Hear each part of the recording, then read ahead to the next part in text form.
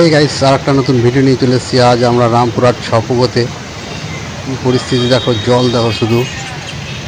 তো জল যে গাড়ি যাওয়া যাচ্ছে না, ও চারিদিক জলে ভর্তি। দেখো জলের অবস্থা দেখো, গাড়ি আটকে যাচ্ছে, কত অবস্থা দেখো।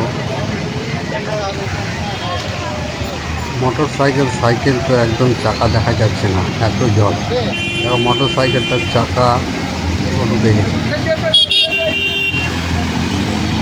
এরকমভাবে আসতে হচ্ছে, যেহেতু একটাই রাস্তায় নিচে, তার জন্য ছপুগো রামপুরহাট স্টেশনের থেকে একটু দূরে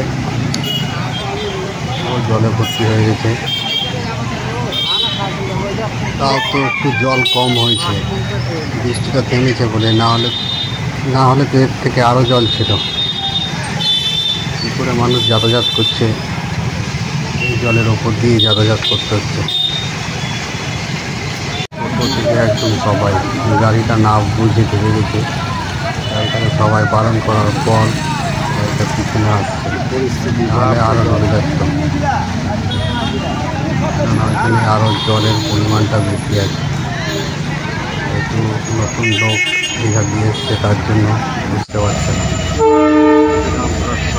প্লিজ ভিডিও ভালো লেগে থাকলে লাইক শেয়ার অবশ্যই করবে। এরকম নতুন নতুন ভিডিও পেতে এই চ্যানেলের সাথে জুড়ে থাকবে।